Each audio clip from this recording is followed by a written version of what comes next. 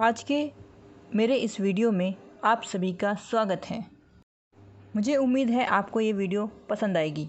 आगे देखते रहिए, चैनल को सब्सक्राइब करिए, लाइक कीजिए एंड शेयर कीजिए। विरूपाक्ष मंदिर स्थापत्य कला और वैज्ञानिक दृष्टिकोण का बेजोड़ नमूना है। ये मंदिर विजयनगर में सबसे पुराना है। ये मंदिर इतना प्राचीन है कि कहा जाता है कि भगवान राम जब अपने वनवास के दौरान यहाँ रुके थे तो वो नियमित रूप से यहाँ पूजा किया करते थे। बाद में 1510 में राजा कृष्णदेव राय ने इस मंदिर के विशाल गोपुरम का निर्माण करवाया था। ये मंदिर स्थापत्य कला की दृष्टि से तो सुंदर है ही, लेकिन इंजीनियरिंग की दृष्टिकोण से भी अहम है। इस मंदिर के एक तहखाने की दीवार में एक छेद है जिससे 24 घंटे अंदर प्रकाश आता है, दिन में सूरज का और रात में चांद का। लेकिन जब दिन में सूरज की किरणें यहाँ से अंदर आती है और इसके सामने वाली दीवार पर पड़ती है तो कुछ ऐसा चित्र दिखाई देता है जो उसे देखने वाले लोगों को चमत्कार की अनुभूति देता है। ये परछाई बाहर खड़े विरूपाक्ष मंदिर के गोपुरम की होती है। कहानी सिर्फ यहाँ खत्म नहीं होती। पहली बात तो ये कि ये परछाई उल्टी नजर आती है, और दूसरी बात ये कि ये परछाई सिर्फ दोपहर को ही सुनहरे रंग की दिखाई देती है। ये बात तो तय है कि ये कोई चमत्कार नहीं है, क्योंकि जरूरी नहीं कि ये मंदिर सैकड़ों साल पहले बना है तो इसका टेक्नोलॉजी से कोई संबंध नहीं होगा। दरअसल ये एक टेक्नोलॉजी का ही कमाल है जिसका इस्तेमाल आज के आधुनिक समय में भी किया जाता है। इस फेनोमेना को कहते हैं पिन होल टेक्निक।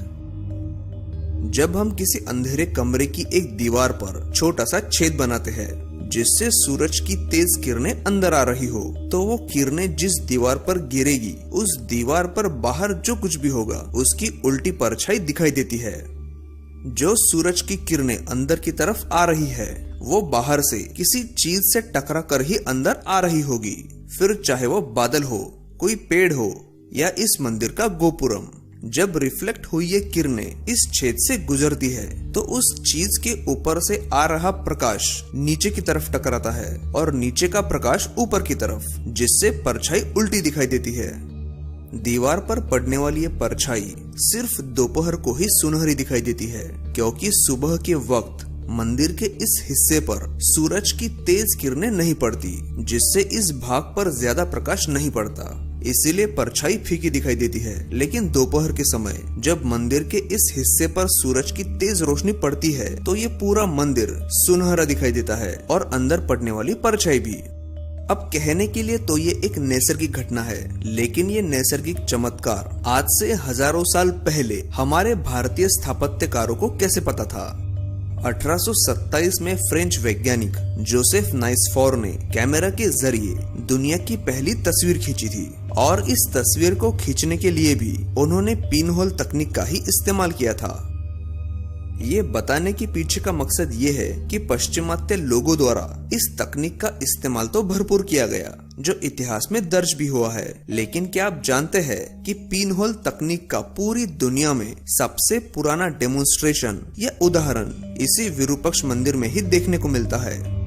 दुनिया की किसी भी पुरानी सभ्यता ने ऐसी तकनीक का कभी इस्तेमाल नहीं किया था। तो क्या हम ये कह सकते हैं कि इस तकनीक का आविष्कार या यूं कहे कि इस नैसर्गिक घटना का शोध हमारे भारतीय कलाकारों ने ही लगाया था? और अगर हाँ, तो इस बात का कहीं जिक्र क्यों नहीं है? अब जरा सोचिए कि क्या आपको ये वीडियो देखने से पहले ये पता था कि भारत में ऐसा कोई मंदिर मौजूद है जहाँ ऐसी किसी तकनीक का इस्तेमाल किया गया हो? अगर पता होगा तो बहुत अच्छी बात है, लेकिन इस बात से भी आप इनकार नहीं कर पाएंगे कि हमारी इतिहास की किताबों में शाहजहां ने बनाए ताजमहल के बारे में बताया जाता है, लाल किले के बारे में भी बताया जाता है, लेकिन ऐसे मंदिरों का जिक्र नहीं होता जो स्थापत्य कला के साथ ही अच्छे फिजिक्स का भी उदाहरण हो।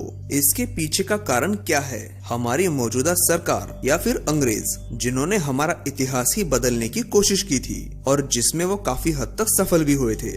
जवाब चाहे जो भी हो, मैं चाहता हूँ कि अगर आपको लगा हो कि इस मंदिर की कलाकारी किसी ताजमहल या लाल किले से ज्यादा बेहतर है तो कृपया इस वीडियो को लाइक जरूर करें, जिससे ये वीडियो ज्यादा से ज्यादा लोगों तक पहुँचे। मुझे उम्मीद है कि आपको मेरा ये वीडियो पसंद आया होगा, और वीडियो देखने के लिए please subscribe to my channel.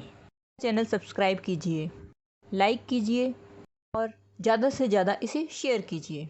धन्यवाद।